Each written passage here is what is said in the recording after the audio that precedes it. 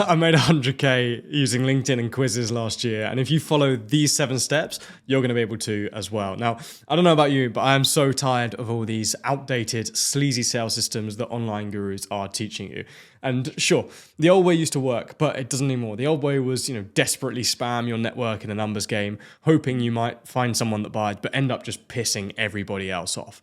And sure, that way you might convert at 2 to 5%, but you're going to leave the rest of your network annoyed with a bitter taste in their mouth. Now, if you're anything like me, you want to generate tons of leads consistently and reliably, but you don't want to annoy everybody in your network with salesy copy-paste DMs every single day. Now, the good news is you don't have to do that anymore, because in the last year, I've generated well over 6 figures using this exact questionnaire system, and it doesn't involve any spammy sales pitches whatsoever, any unnecessary AI automation, or spending thousands of ads, but it does directly bring me qualified leads and starts conversations with my prospects where they see me as the authority.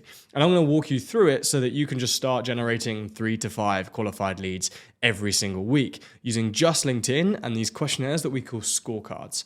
Now, within my system, you'll consistently generate leads and create DM conversations with prospects that feel natural. They will want your help and you'll be able to convert them with ease. You should convert at 15 to 20%. However, the remaining 80 to 85% of your network will become advocates.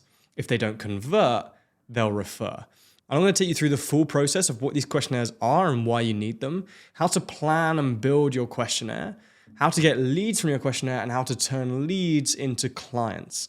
Now, the reason many people get all these things in place and still don't generate significant volumes of leads is because they don't understand the human psychology around risk and more specifically, commitment. Of course, you will get some people when you post content online that see that content, they immediately trust you and they instantly want to work with you. They're ready to go.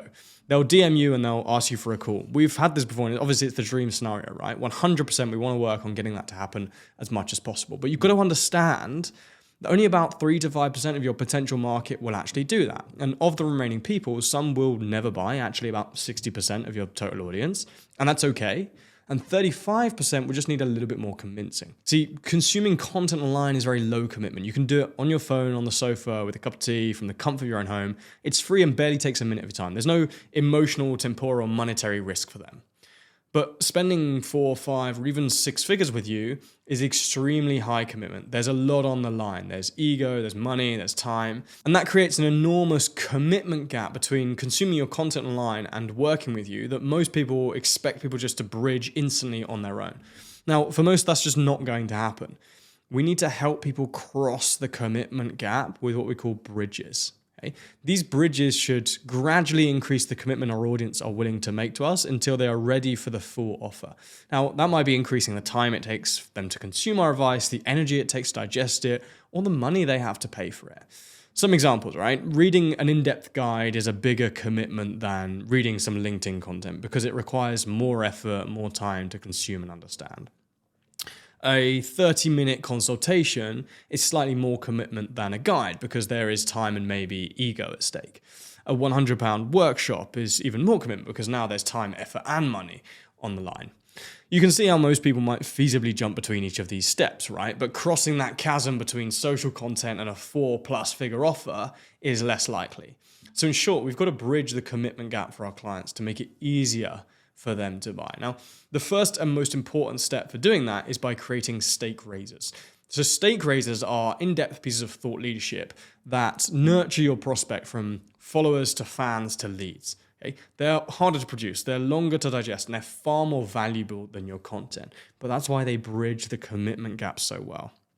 And this content, of course, raises the commitment people make from you. But it also does 2 other things. It raises your authority, so by providing in-depth insight, and it raises your prospects' hands. So when your prospects request these resources, these guides, whatever we're producing, they're essentially saying, I need help.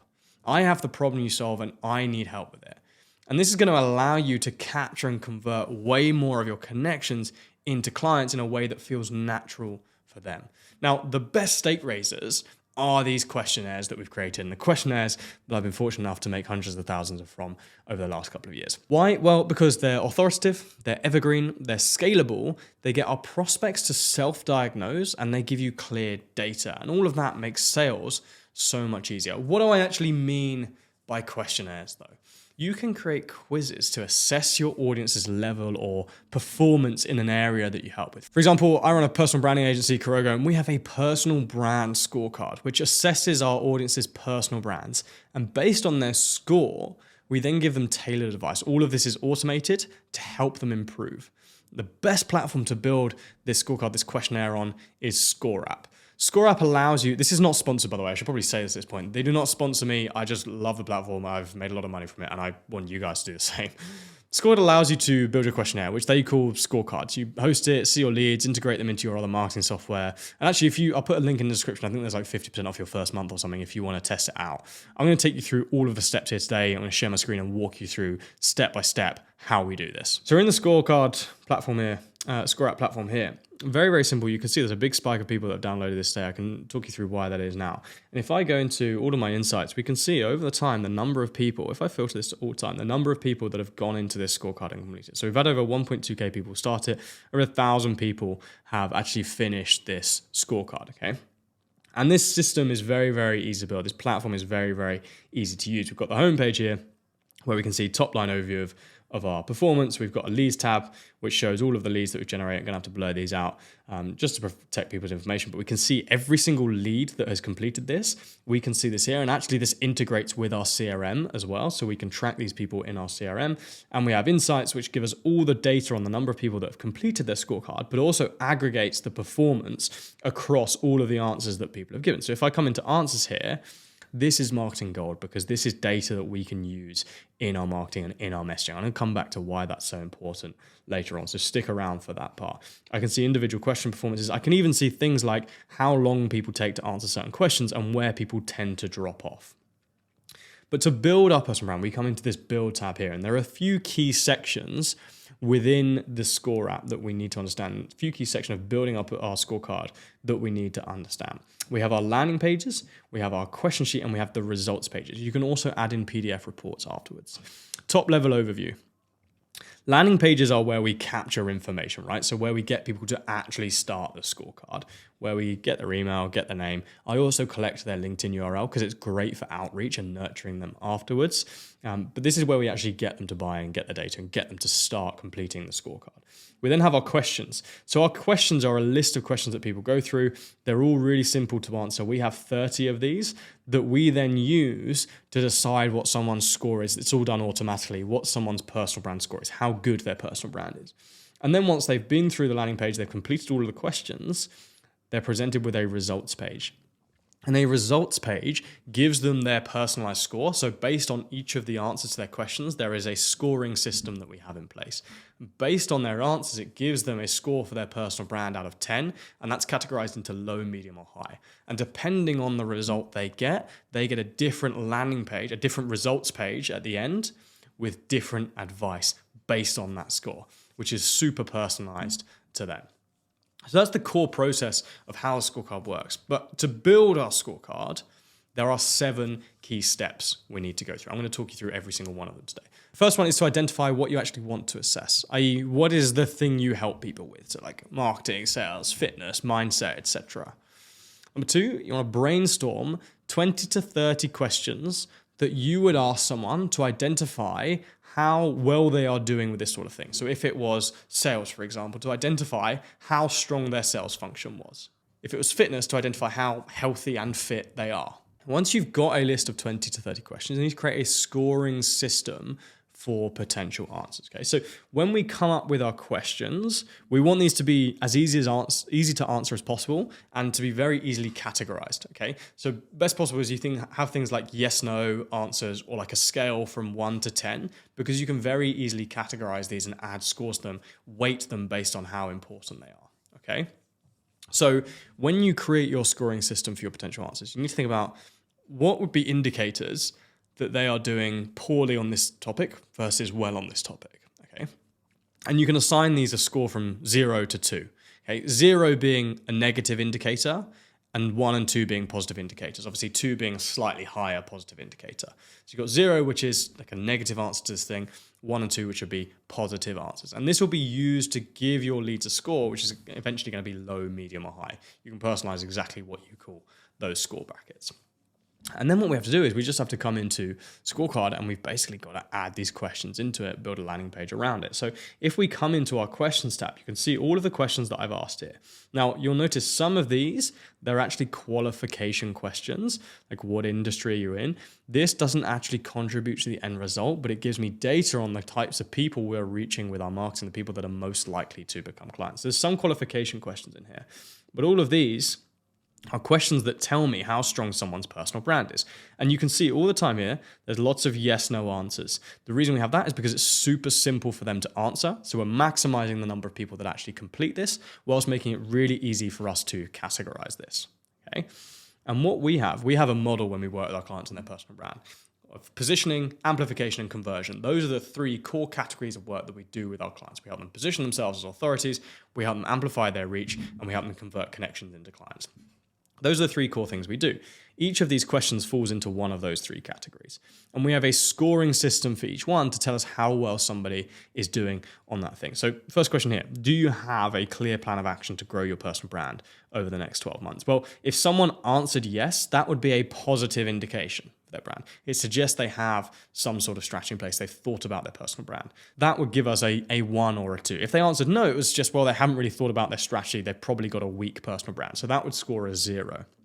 And we can weight these based on their results, okay? Another question might be, do you know what areas or topics you want to be known as an expert in, okay? So if they answered yes to this, well, it's an indication that they've got some direction for their personal brand. If they answer no, well, they're just getting started. They've probably got a poorer personal brand. You can see here, question 1, yes. If they score yes, if they answer yes to this question, they get a +1 to their name. If they say no, they get a 0 on their name. So they don't get as many points. And the way we structure this, the higher the score, generally the better for us. So we always want to weight answers that suggest their personal brand is weaker, lower than answers that suggest their personal brand is higher. Okay. And we go through and we have each of these. We've got 30 of these that ask people and give us a really good sense as to what the people's personal brand strength is like. Again, you can see here, things like the scoring. Is driving ROI from your personal brand important to you? If it's yes, then they've clearly thought about how they monetize. If it's no, they've probably got a weaker personal brand. Once you've done that, it's very, very simple to add your questions and scoring into Score App. You come into the questions tab here, and you can literally just add questions. You can decide which type of question you want. I would advise trying to have yes, no, maybe, or a linear scale for each one. Potentially, you might have multiple choice options, particularly for qualification questions. But you can add your questions into this and categorize them based on how you want to categorize people's scores. Once you've done that, I recommend doing that first before building a landing page. Okay, so come straight to the questions and do this bit first. Then I would come into building a landing page. When you come into building a landing page, the beautiful thing about Score App is it's got so many templates that you can just customize and use straight away. So this was really, really simple for me to build. I mean, it's pretty decent. Like it looks quite nice. It's very, very easy to produce. Don't overthink this. You want to make it as simple as possible for people to start, but you do need to overcome some objections. So this here is really important. These 3 bullet points, I tell people, what are the reasons for not doing this, right? Does it cost anything? I don't want to be charged later on. Is it going to take ages? And how long till I'm actually going to get my results? So we solve those 3 objections instantly right in the header section of our landing page. So you can build a really simple landing page to talk people through how the scorecard works, give yourself a bit of credibility, and incentivize people to do it. Next up is to build a results page with 3 different versions with tailored advice based on the score that people have. Okay, so based on people's scores, we want to present them with different messaging and a different landing page and different advice so that it feels more personalized and tailored to them. So if we come to our results page here, I come into the results page that we have live at the moment, you can see here a few things. They get a personal brand score, but this section here, this is what we call dynamic content. So this content changes on the landing page they receive depending on whether our prospect scored poor, okay, or great. Okay, so this is like low, medium, and high, right? You can see if we change the score, we can preview what the messaging looks like for the content based on whether they score low, medium, or high. And this is really, really important because this gives people information and advice that is actually tailored to their level. What you don't want to do is you don't want to present pro-level information to a complete beginner because the messaging is going to go completely over their head. They're not going to understand it and you're going to lose out on that potential lead. Okay? Similarly, you don't want to present beginner-level information to someone that's maybe a little bit more advanced or a pro because then instantly they're going to think you're not as good at what you do as maybe you are. Okay? So we have these sections with dynamic content that present people with different results. And one thing I've actually done with this is I've created separate videos for each scoring system with tailored advice based on what I would do if I was in that scoring system at the moment. For example, if I scored low, I would probably be focused on doing a couple of really basic things like getting my positioning nailed down and starting to publish content on social. If I scored high, then I might be looking at slightly more advanced things like partnerships and longer form content, starting a YouTube channel, for example. And then, of course, off the back of this, we have a CTA. We have an opportunity to now convert people. And this is the beautiful thing about this, right? People have gone through a process where they've come across us, they've seen our content, they've come to our scorecard, they have self-diagnosed the problem that they have. So a lot of people going through this, they're going to work out that actually their personal brand probably isn't as strong as they thought it was. Or maybe it isn't as strong as it needs to be.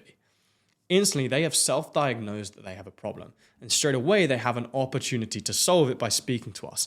And once they book a call with us, we can then obviously talk to them and ideally convert them into a client for the agency. And that process is how I've been able to generate 6 figures from this super simple system over the last 12 months. It's a really, really simple system. And once we have this built, really the only thing left to do is to get this in front of lots of people. And that's where promoting your scorecard comes in. So the number one key thing is that your scorecard should be gated, right? So on your landing page, we collect emails so that people have to give us their email in order to access this. Name as well, of course. Ideally, I'd get their LinkedIn URL as well if you're active on LinkedIn. If you do this through ScoreUp, they've automatically got this like laid out. So you can just basically use the templates that they've got. And again, another reason we do this is to raise the commitment they make. So they're exchanging now their information, their email address for this cool resource that we've got. Okay, but it's also going to build the email list that we have. So this is an asset that you now own and you can use to nurture prospects continuously. Remember, we're trying to create an ecosystem here, not a funnel. So each of the people that goes through this is going to then go into your newsletter. And we've got an automation that simply adds people to our newsletter based on this. It's really, really simple.